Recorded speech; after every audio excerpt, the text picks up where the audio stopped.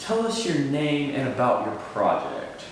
My name is Sir Arthur Stanley Eddington. One of the many areas of the experimentation involved testing Einstein's theory of relativity by observing a solar eclipse.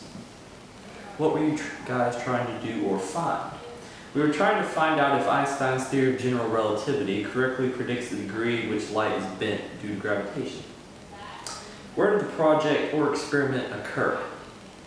The solar eclipse of 1919 beckoned us to a remote island off the coast of West Africa called Principe. I sent another group of scientists to Brazil to make observations in the event that weather was not favorable at my location. What other significant events were happening around the world at this time? The year 1919 ushered in what we hoped would be a new era for the world. The Great War had just ended and there was a sense of optimism in the West.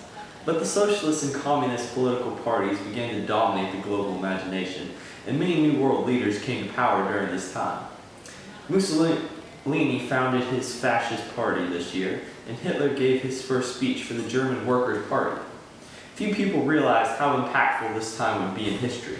Campbell Haffner, grandfather of future engineering student William Haffner, was also born this year. Who else was involved in this project? I was inspired by Sir Frank Watson Dyson. The experiment concept itself was his idea. What was your role in the project? I was one who actually performed the experiment. I went to Principe and made the measurements of the actual versus apparent location of the stars that were observed. What impact did your project have on the physics community? This experiment revolutionized physics. We effectively cast off the Newtonian physics, or at least demonstrated that it was an incomplete picture of the universe. This experiment demonstrated that general relativity is the correct lens through which the physical world should be viewed.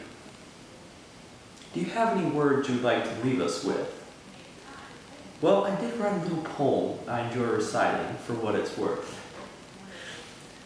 Oh, leave the wise our measures to collate. One thing at least is certain, light has weight.